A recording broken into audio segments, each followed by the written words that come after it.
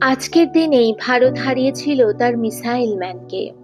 27শে July 2015 IIMA শিলংয়ের ছাত্রদের সামনে বক্তৃতা দিতে গিয়ে হঠাৎ অসুস্থ হয়ে পড়েন ভারতের প্রাক্তন রাষ্ট্রপতি ও কিংবদন্তি বিজ্ঞানী ডক্টর এপিজে আব্দুল কালাম। কিছুক্ষণের মধ্যেই তিনি পৃথিবীকে বিদায় জানান, কিন্তু তার কৃতিত্ব আজও আমাদের কাছে অমর।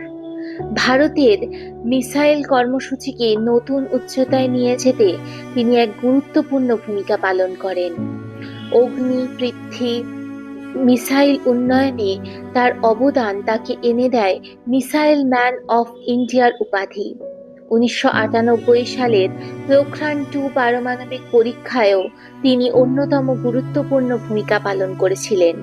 2002 থেকে 2007 সাল পর্যন্ত তিনি ভারতের রাষ্ট্রপতি ছিলেন, কিন্তু রাষ্ট্রপতির পরিচয়ের চেয়েও বড় ছিল তার পরিচয়। তিনি ছিলেন একজন শিক্ষক, স্বপ্নদ্রষ্টা এবং কোটি তরুণের অনুপ্রেরণা। তিনি বলেছিলেন, স্বপ্ন সেটা নয় যা ঘুমিয়ে দেখা হয়, স্বপ্ন হলো সেটা যা তোমাকে ঘুমোতে দেয় না। আজ তার মৃত্যুবার্ষিকীতে মহান এই মানুষটিকে জানাই গভীর শ্রদ্ধাঞ্জলি। তার আদর্শ ও স্বপ্ন আমাদের পথ দেখিয়ে যাবে চিরকাল।